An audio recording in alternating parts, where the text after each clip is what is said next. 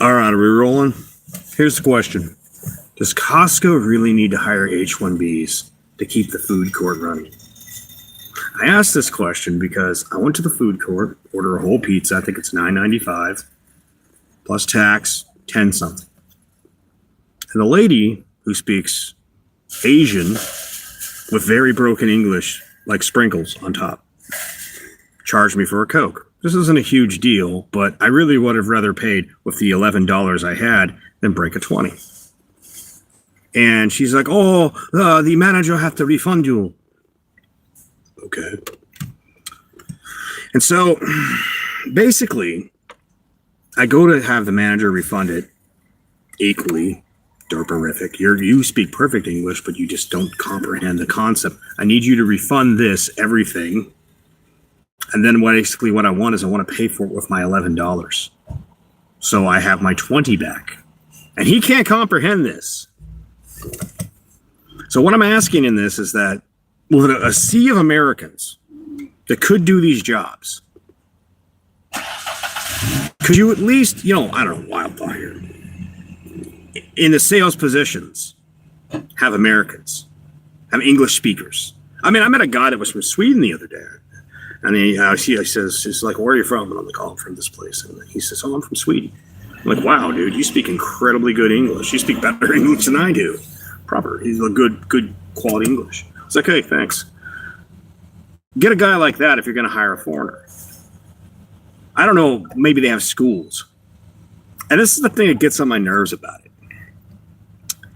People get on my ass like I'm supposed to just accept the declining standards. Here's what it was. Here's what you've turned it into. Now, mind you, that's in a sales position for the food court. Every one of the samplers, though, spoke perfect English. Almost like you're trying to sell a product like, salmon patties or, some type of guacamole or something. And you're going to have that part figured out. That part's going to be perfect. Ain't no confusion about what you're saying.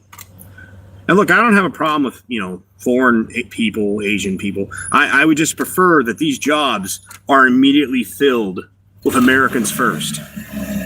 Like there's no people sitting on their ass on welfare that could have been working that job in the food court. There wasn't some chick getting Section 8 that could have filled that role, at least part-time. Now, the answer for that is much like the same answer in trucking. Why do they hire all these foreigners? Because it's super cheap. It's super cheap to hire foreigners. You don't have to pay them nearly the wage that you would have to pay someone with a wife and kids or a husband and kids and a life and a mortgage.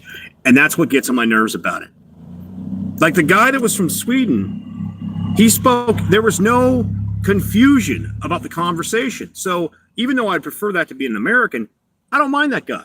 Because that guy actually went the extra mile to learn English. And he was speaking proper American English, not like that English. I'm joking. But there is a difference. There's a lot of different versions of English, but there was no confusion whatsoever. And that's what I'm getting at. If you're going to bring people over to do food service jobs and do all sorts of jobs that involve talking with people, get the goddamn language right first. Get the language right. And the idea of the H-1B back in the day, and I wonder how what's gonna happen pretty soon here, because they say it's gonna come into effect where you're gonna have to pay, I think, $100,000 per worker for H-1Bs. And the idea of the H-1B way back in the day is so we could get the top talent from all over the world. We're talking about, it was after World War II. I think it was, was it Operation Paperclip or something like that, where they took a bunch of Nazi scientists and European scientists, runaway Soviet scientists, and they were like, yeah, we'll give you a good life. That was what H-1B was, the idea of the H-1B was made for, to bring in the top talent to America. Not so we could basically employ low-wage jobs that should be employed by Americans. I mean, before you can get I can understand some food stamps, I understand. But before you can, if you're on Section 8, you could be doing that job part-time, if not at least 30 hours a week. Your kids are at school. There's no fucking excuse for it. And that's what bugs me out about it at times. You know, we see this in trucking as well. Where in trucking, they're like, they have for those cases where guys will work, like Latinos will work for 6 months trucking, and then they go back, and then so they like swap seats. And if Latinos are doing it, what, you don't think people from India, you don't think people from Asia are doing it? So they make you jump through all these hoops to get your certifications. I don't care whether you're a trucker, you know, or, you know, some type of tech dude, because plumbing, at least with the trades, they protect you. You can't just hire any fucking Joe off the street. But I've seen cases where some guy who's certified, he magically does 10 times the work that any man can do. Translation, he has his buddies from other countries come over here, work under the table. I think we should think of Americans first. And look, I don't have a problem with like the Asian lady in there.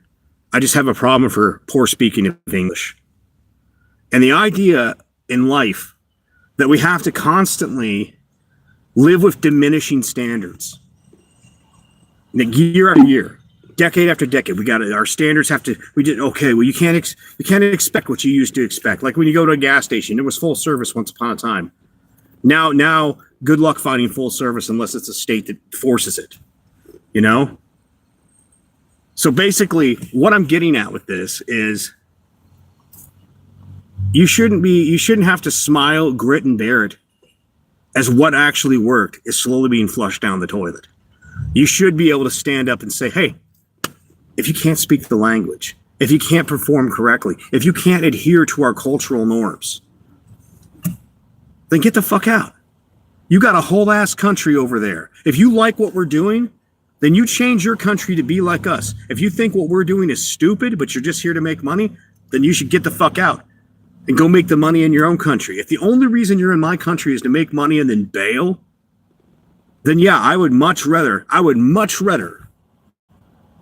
hire an American for slightly more than hire somebody who's just going to take all that capital and piss it away in another country. You know? But yeah, that's just my thoughts on it. Costco, do you really need h-1bs to fill the food court? Do you really need that? Just like a lot of these companies. But hey, then again, you know, the suburban scumbags that shop at Costco, what do they care? But mind you, funny enough, like I said earlier, isn't it interesting how the food court where I got to pay somebody, and usually you do everything digitally, but I prefer to use cash. That's where I run into somebody who doesn't speak English. But every one of those sample people, they all spoke perfect English. Just saying. It's not like we have a shortage of people to do these jobs. It's just a shortage of people that are willing to work for under the realistic pay. Anyhow, peace. Y'all have a great day. Take it easy.